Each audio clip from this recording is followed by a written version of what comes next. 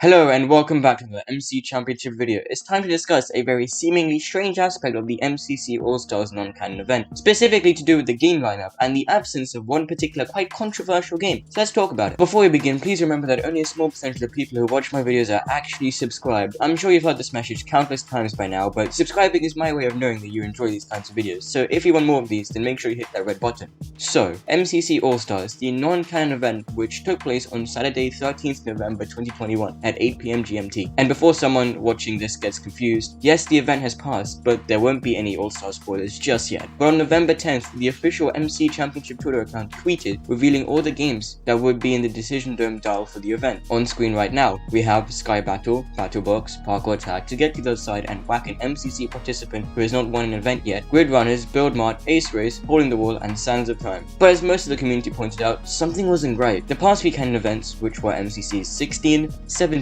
and 18 all featured 10 games rather than the 9 listed for All-Stars. So clearly, there is a missing game here, as the MCC Twitter mentioned, stating that for MCC All-Stars we're going back to 9 games. And obviously, you probably know by now, the missing link is survival games, a relatively controversial game in some aspects, particularly the new scoring system changes, which not everyone seems to appreciate, but definitely not as controversial as other games. So, survival games, SG, an interesting one to say the very least, because there was no legitimate reason given by the Noxcrew, the team behind MCC, as to why exactly it was removed just for All-Stars. There are rumors being thrown around, but none of this seems entirely clear, so that's what I wanted to discuss with this video, because I actually think I know the real reason why survival games was removed from MCC All-Stars, but remember that this is speculation, and in fact, there's more than one reason. So let's dive into this, starting off with what Noxite, the CEO of Noxcrew, said about the All-Stars games. He appeared to be very obscure with what he was trying to say, picking his words extremely carefully. So take a look at this clip from the MCC All-Stars update video.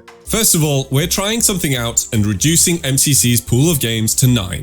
This is so that players can better know what to expect in each event, but also still with a tiny bit of randomness. So for this MCC, unfortunately, survival games just didn't make the cut. We felt the other games capture the essence of MCC more, and since it's a special event, we wanted our special games. Now, as it stands, this seems to be the official reason why SG was removed, because it was seen as uninteresting and not very unique. And admittedly, I can agree with that, but I'm surprised that's all they said on the matter. And it sounds as though it may get removed for the next few events. And I quote Noxide when he says that they are trying something out and reducing MCC's pool of games so players can better know what to expect. He could have just said MCC All-Stars pool of games, but no, he said MCC's pool of games, the entire MCC, potentially including the canon events as well. So perhaps that's something to think about. Again, that's just speculation, it's not confirmed, but I'm taking it quite literally. He then justifies the removal of SG by adding that the other games capture the essence of this unique event, and after all, it's a non-canon event, the first of its kind by featuring only previous winners. But I think we can all agree that any other game could have been removed with almost the same reason. However, in Noxite's defense, SG is probably the most unoriginal MCC game, since it's based off the Hunger Games, and we all know that classic Minecraft minigame, but I genuinely do not think that is a valid reason as to why it should be removed. It could be one of the smaller reasons, but